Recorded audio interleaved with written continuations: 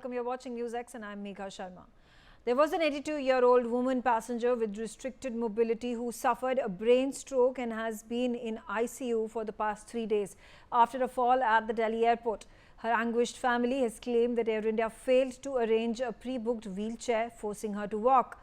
According to the elderly woman's granddaughter, she arrived with her family at the Indira Gandhi International Airport in Delhi on 4th March at 3:30 p.m. to catch a flight. A family member approached the assistance desk outside the airport for a wheelchair, waiting for about 20 minutes. However, after not being provided a wheelchair, the elderly woman started walking from the car drop-off point to the airport entry gate. The granddaughter claimed that the elderly woman slowly made her way across the 3 parking lanes at T3 New Delhi on foot with the assistance from a family member. Ultimately, after entering the airport, her legs gave way and she fell in front of the Air India Premium Economy counter. Amid outrage over this incident, Air India has refuted all claims. The airline has stated that the passenger travelling with her family arrived at the departure terminal much later than the recommended 2 hours before departure. Air India further went on to defend that a wheelchair could not be provided within the 15 minutes the family spent waiting due to an unprecedented peak in demand at the time. According to the airline, airport officials and the on-duty airport doctor immediately attended to her and provided first aid. Air India also claims that at no stage was a wheelchair or assistance denied and the staff cooperated fully with the guests throughout their journey. Meanwhile, the DGCA rules are clear. First, no airline should refuse to carry persons with disability or reduced mobility and their assistive aids and devices, escorts and guide dogs. Secondly, an airline must provide assistance once passengers with disability who have valid booking report at the airport. Thirdly, airlines must ensure seamless travel from departure terminal up to the aircraft and at the end of the journey up to the arrival terminal exit. And lastly, airlines cannot charge any additional expenses for providing assistance to passengers with disability. An unfortunate incident that has taken place.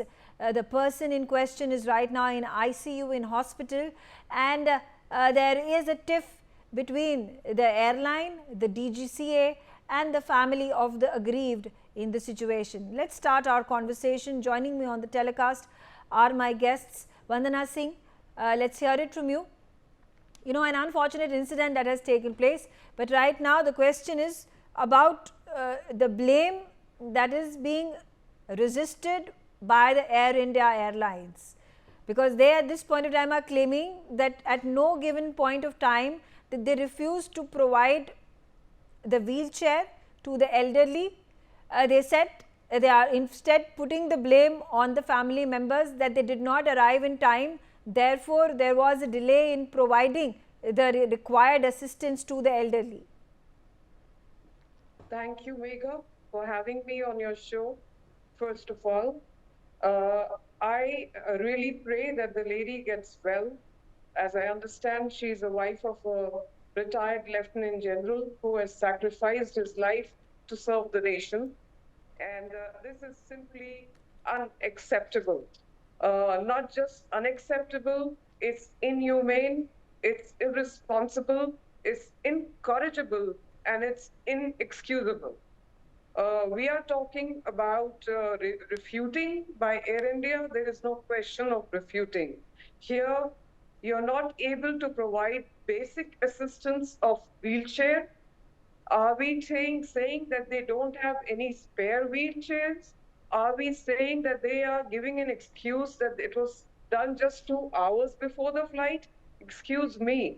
If it is done even 10 minutes before the flight, or when the flight is happening, or when the person is checking in, what he or she falls down, what do you do then? What if there's some accident at that point of time? What do you do then? There is always a protocol that is there in place, and in this case, there has been no protocol that has been followed by Air India in this regard. No protocol at all. And this incident is inexcusable. I think Air India has to do serious work here, serious work of, pulling up not their socks, but just seeing that the Tata reputation is going down the drain. Yeah, Daily, there are things absolutely. that Those are are happening. important points that you've raised, Sometimes ma'am. it's with I senior also have with me citizens. Dr. Swati Maheshwari. Dr. Swati Maheshwari, important point raised by Vandana. She says that, of course, you know, you at this point in time are saying that a passenger needs to arrive way ahead of time to avail of the wheelchair service. But what happens during an emergency? Are you then going to raise your hands and say, that listen, because we were not intimated about this 2 hours ago, therefore we are short of staff, short of wheelchairs, and we can really do nothing about it? Is this an excuse that is acceptable to the family members and the patient who is right now in ICU because of the negligence of the Air India staff? Absolutely, definitely not. And it's a glaring example of, I think, airline insensitivity and operational insufficiency as well. So instead of, acknowledging the distress the family has, suffered right now, uh, promising corrective actions, or giving an apology, they're actually trying to deflect the blame completely. They've cited peak time problems. Now they really need to understand that peak time problems, there has to be a better resource management. They need to do their proper planning. It is not acceptable at all that you say that peak time problems and therefore this can happen. And despite the DGCA rules and policies that are there, that any vulnerable patient, who has disabilities or an elderly, they should be attended immediately. And we really need to understand that these people who are in distress, the people who are already vulnerable, for them wait time 15 minutes, 20 minutes, every minute counts, because there can be a lot of exhaustion, there can be medical distress, and therefore you cannot say that they had a 15 minutes wait period, they didn't wait for that, or it's okay if they waited for 15 minutes. Definitely not acceptable, because these are the people who require assistance and it should be timely provided. You cannot say that we provided after 15 minutes, 30 minutes, and therefore it should be acceptable. So I think they really need to go back and work as to how to train their staff to have more empathy, to be more resourceful, to be prepared for such kind of eventualities. And also, such incidents, they erode the passenger trust also, because when you're using airlines, especially a person who has medical challenges or an elderly and all, they are kind of expecting that the airlines will take care of them. All their flight problems, all their traveling problems would be taken care of, because that is what you're paying for, and that is what your expectation is as well. So therefore I think the airlines really need to reconsider. They really need to understand that just deflecting the blame is not going to help. Yeah. They need to work on their staff. They need So, to work you know, on their this is training. what is most shocking, Yogita Bayana, is that instead of apologizing or empathizing with the family members, empathizing with the woman, the elderly who is now in ICU because of them, because of the exertion that she had to bear, walking, I don't know, at least you have to walk at least 2 kilometers to avail of the flight at the terminal 3 for international flights and for other flights as well. So instead of apologizing and showing empathy and being humane about the entire situation, they are asserting themselves to be in the right, and putting the entire blame, pinning the entire blame on this woman and her family members, blaming them for not coming on time, and therefore the availability of the wheelchair could not be made. I think aviation has gone to dogs. I'm sorry for my language, but there is no empathy, no sympathy, not even simple emotion of being human.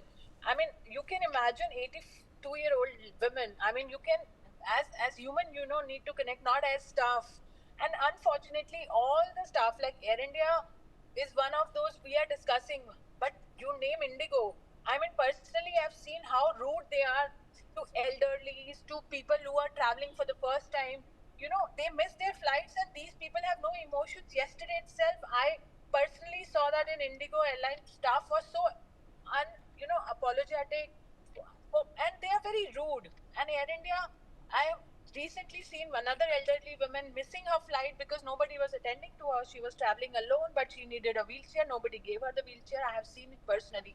So these are the things we see every time when we fly. And unfortunately, if equipments and resources, one thing, whether they are available or not. Secondly, their behavior. one can easily work on the trainings. If airlines give the command, if they are really particular about things, they will get it done. Because when I was working in the aviation industry 20 years ago, we were clearly told how to attend single women, especially elderly. Nowadays, I don't think so. That's a mandate. Only mandate is to make money, charge how much you can charge for everything, be rude, not even smile. Forget about being so emotionally there. Anyone could have helped. I'm blaming all the airline staff. It is not particularly responsibility of that particular carrier. It could be anyone who could have helped this woman. As someone just who's elderly and needed help. So I think if these airlines are gone, gone to Okay. dogs, I'm sorry. But Yeah, Vandana, coming back to you. Now, there have been several of these instances. This is not a one-off incident that you can just let go of it.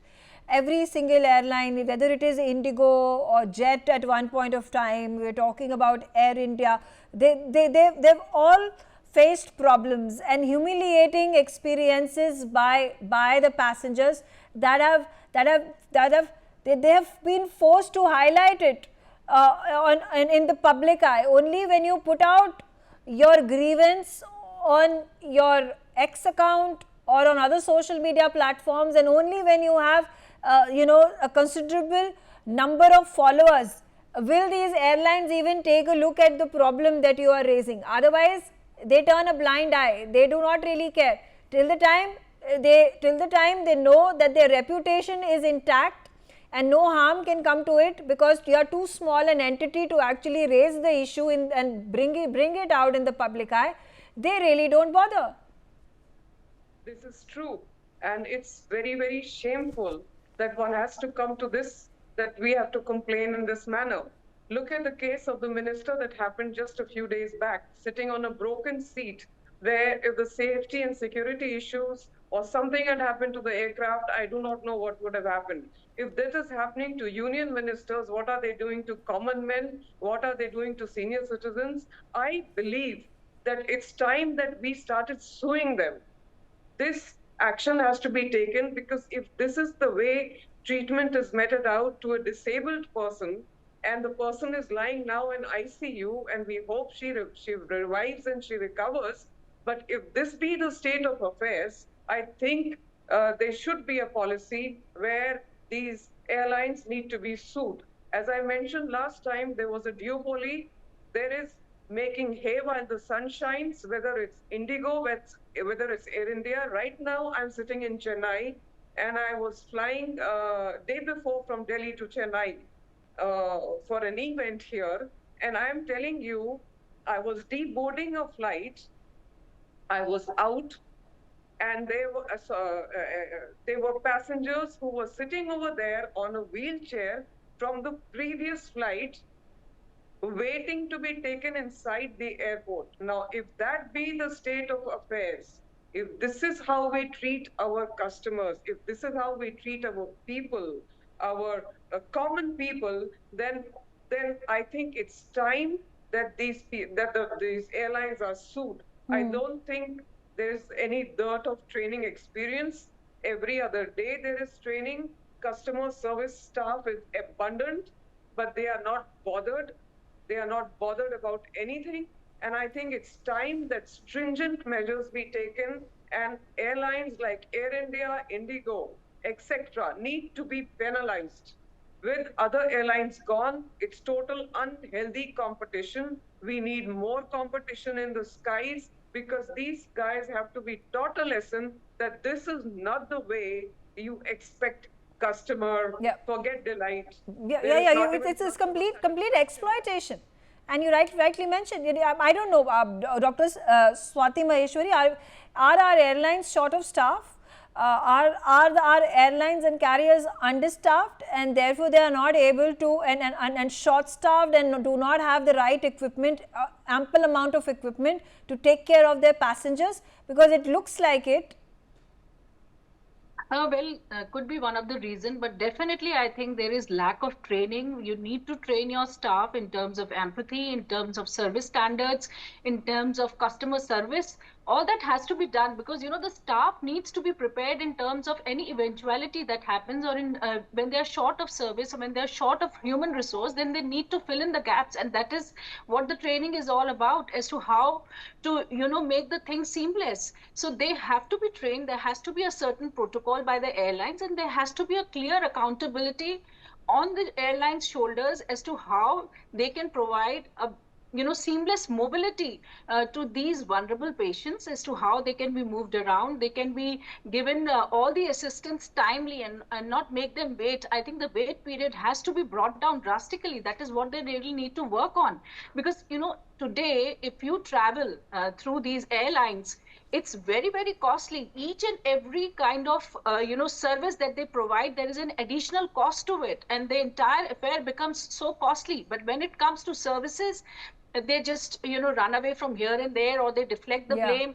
or they are not ready to take, not ready to apologize even. So I think this is something very grave and should be looked at. So despite the policies there, the practice is very different what we are seeing, and therefore they need to be made accountable for such kind of incidents. And day by day such incidents are growing, because yes, people are traveling more by airlines, but when they are traveling, they are paying the amount that the airline is asking, and therefore they should provide all the services and the facilities that they actually are and paying for. especially be sensitive to the needs and the needs and requirements of the elderly, of the handicapped, of the ones who are disabled, because unfortunately, God forbid, what if the woman had lost her life? I mean, there would be heavy penalty that the airline would have had to pay, and with the kind of attitude that is being shown by the airline, the carrier over here, it doesn't look like they are even conceding to the wrongdoing at their end, which is shameful, which is appalling. That's, I mean, their response is so appalling. Yogita Bayana, customer service, do you think in India is something that needs to be looked upon? Because instead of the adage that goes customer is king, it clearly isn't. It's a very big domain when you talk about customer service, but particularly aviation industry, because it deals with kind of lives, because you are at constant threat in terms of safety. So one has to have a very efficient staff to manage the passengers, because aviation industry is a different ball game altogether. If the passenger, your staff doesn't have empathy at first place, they should not be hired. If you want to cultivate that, give trainings to them. Otherwise, you're dealing with lives. Something, God forbid, something happens. We are all trained to be first aid trainers. Being from aviation industry, we all know how to do first aid. So, but you can do all those technical things, but there has to be basic emotions to deal with the situation, and it's not that they're not making profits. That's why they are in the game. So better, that excuse of having a shortage of staff will not work here. Better have the right people, give the right training, give the right resource. That is very important, and there is no excuse for this kind of ignorance where you are dealing with lives. So I really don't know. I usually travel Indigo, but very bad experience. They offloaded a special child, who was in the air in the garb of safety. And they're very emotionless. I really don't know what to say, and I think DGCA must intervene there, though they deal with safety, but someone, maybe Civil Aviation Ministry should intervene and have that basic manners and empathy towards passengers is very important in aviation, because little disturbance here and there up in the air, it can jeopardize everybody's life. Okay. All right, coming back to you, Vandana, and apathy, being rude is something that's common occurrence. It's almost as if we have started to make peace with it. We have started if you're traveling by an airline, by a carrier, it is expected. I know for a fact there are a number of times my suitcases have broken just because they are just thrown onto the conveyor belt and not enough care is taken, and those bags and your baggages are expensive. They're not cheap quality, and if you question the ground staff, they have no answers. They just say this is how it is, take it or leave it, and what choice do we have? Exactly, Megha, you rightfully said the EQ, the emotional quotient is absolutely lacking.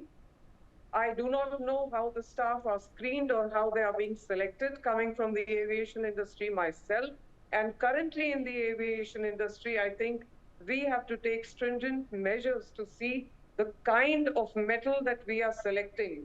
If we are going to select inhumane people who have no emotions at all, who are uncaring, and who couldn't care less about anything except themselves, then they don't need to be in the hospitality industry or for that matter in any industry. Coming to another point, where are we heading for? I'll tell you an example from yesterday. As I told you, day before I traveled, I'm staying in a hotel yesterday. I heard a couple who had come in on Emirates, and they had come in to see the Golden Triangle, Agra, Delhi, and Jaipur, and they were to come down and they were to go, travel elsewhere up north. They were actually calling their agent, and I could hear it because I was on the other table, and saying, is there a way that we can fly back on Emirates to Dubai and then come back to India for the next visit, which is in next 5 days, because we do not trust Air India and we do not trust the other airline, the name we don't know, Indigo.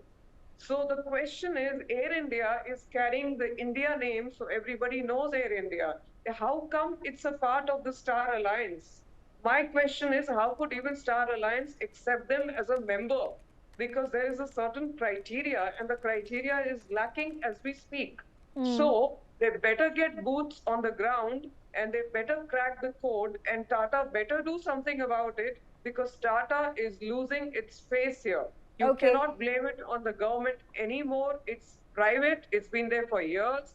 There's been a lot of restructuring and structuring and restructuring done, but I don't see anything coming out of it. It's getting bad, worse, ugly, and really horrible right now. Okay. So we Doc- better do yeah, something. Dr. Maheshwari, do you think, Tata has been recently restructured, it has been brought back to the hands, beg your pardon, Air India has been restructured, it is brought back into the Tata empire.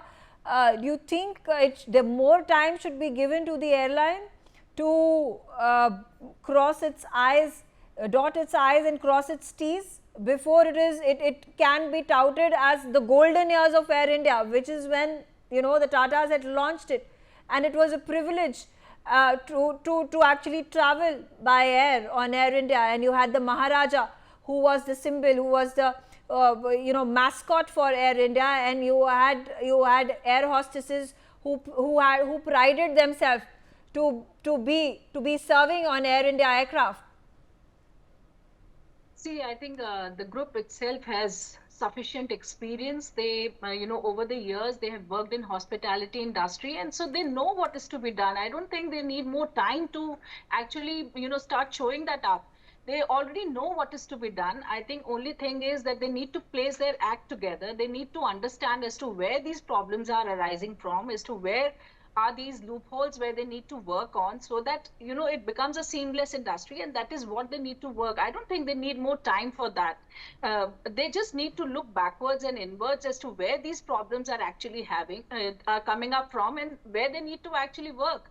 Because see, any hospitality industry for that matter has to look after the safety, the comfort, of the passengers or of their clients or their customers, and therefore it is their foremost duty to provide all this. And these are just simple incidents where there is lack of empathy, the services are inadequate, the staff is not adequately trained, and all this can be very easily managed. It is not something very kind of big problems that are arising, which require a lot of work and a lot of planning for that matter. These are small things which erupt in any kind of hospitality industry, and therefore they should be well prepared for it. There should be a proper planning as to what should be the the role of different staff that is there in times of peak times, or if there are vulnerable patients or there are excessive vulnerable patients at certain flight, or there are a lot of flights happening together, and you have the number of disabled people are more.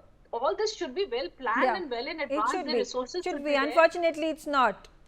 and therefore we've raised this point, and we'll continue to raise it till the time stern action is taken, an apology comes out from the Air India staff, and proper compensation is given to the family, to the victim who's right now suffering dire consequences because of the negligence of the airline. On that note, I am out of time. I thank all of you for joining me on the telecast.